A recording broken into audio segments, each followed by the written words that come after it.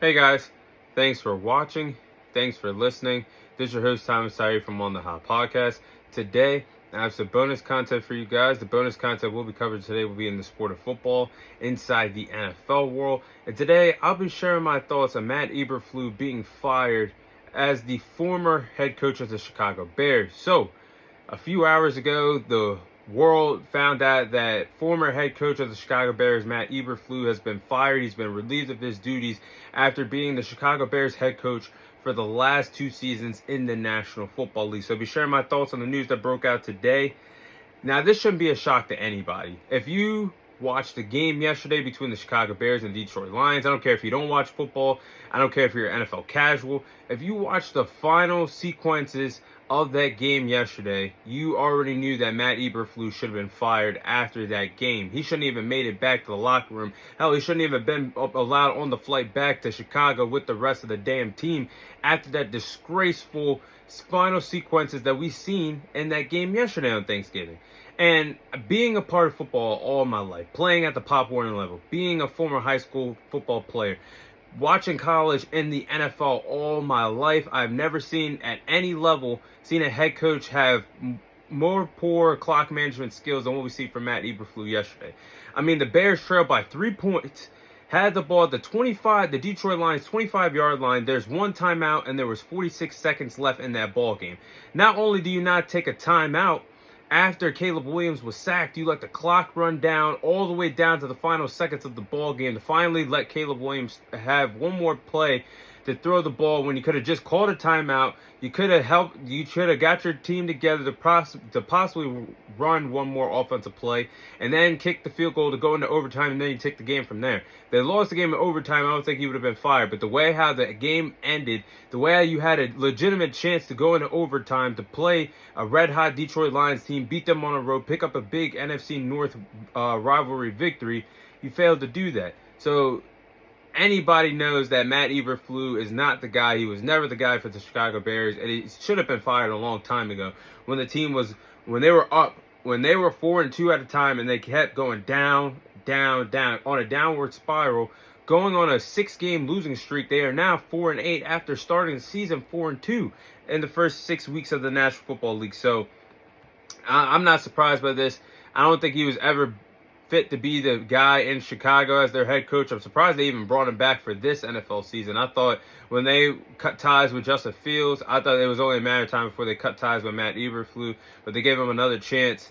But this guy, Matt Eberflus, man, I'm looking at his track record right now. He's one of the worst coaches in NFL history. I mean, with the time that he had with the Chicago Bears, he had 14 wins, 31 losses. He had 3 victories. He went 3-19 on the road in games. 5-17 in one-score games. I talked about that on the podcast this week about how this team cannot finish in ball games, and it showed in one-possession games all season long. The losses against the Commanders, that Hail Mary, the blocked field goal against the Packers, the overtime loss against the Vikings. Now this game yesterday, Matt Eberflus, his whole entire coaching career with the Bears has shown he folds in one-possession games and one-score games. 5-17 is unacceptable in one-score games. 2-14 against NFC North teams. These are rivalry games.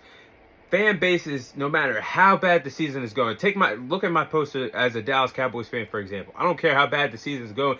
You just want to beat your divisional rivals that you play twice a year. And he's only won 2 divisional games since he's been the coach with the Chicago Bears, 2-14 against NFC North teams. And the icing on the cake to that, he was 1-14 against teams that had a winning record since being the head coach for the Chicago Bears. When you have all those statistics, when you have all those stats, when you look at the win-loss record for every category I just said, Matt Eberflus is one of the worst head coaches in NFL history. That is totally unacceptable. But the Chicago Bears are going to finish out the season without him. They're 4-8. They're obviously not making the playoffs. Their division is too good. With the Vikings, the Lions, and the Packers, that's the best division in football right now, the NFC North. So there's no chance of them making the playoffs, even as a wild card team. They're going to have to find the right head coach this offseason because you did everything that you thought was going to be right heading into the season. You replaced Justin Fields to get your franchise quarterback, Caleb Williams, but overall, it wasn't Justin Fields' fault. And as time goes on, maybe this was the right move to move off of Justin Fields to get Caleb Williams, because we're not saying that Caleb Williams is horrible, but that wasn't the answer. And also, you wanted to have with the first overall pick, you pick a quarterback and get a wide receiver with the 9th pick in Odunze. You didn't really address the offensive line. That was a problem heading into the season. And the offensive line has allowed Caleb Williams to get sacked over 44 times this NFL season. The problem was staring right in front of your face. The number one problem, and you could have addressed everything else at a later time, but the number one problem was Matt Eberflus sitting right in your face. Not a leader, not a locker room guy, likable guy in the locker room. Couldn't win you ball games, marquee ball games. He was the problem right in front of your face. And the defense has collapsed. Him being a defensive-minded coach, a former defensive coordinator, everything fell apart for him. So I think moving forward, the Bears got to get an offensive-minded head coach to be the next head coach of Chicago to help Caleb Williams progress as time goes on, as his NFL career goes on, because his sophomore season next year is going to be a very important and pivotal season in his young NFL career. There's going to be a lot at stake for him. I feel like next year, heading into his sophomore year with a very competitive NFC North, with all three of those teams, like the Vikings, the Lions, and the Packers, not going anywhere, you're going to have this team able to compete with the other top-tier teams in the NFC North. So they're going to have to go after an offensive guy. Someone like Ben Johnson. I know Ben Johnson is going to be one of the hottest, if not the hottest coordinator to sign this NFL offseason for the tremendous job that he's done play calling wise with the Detroit Lions. He's got to be on the top of the Bears list.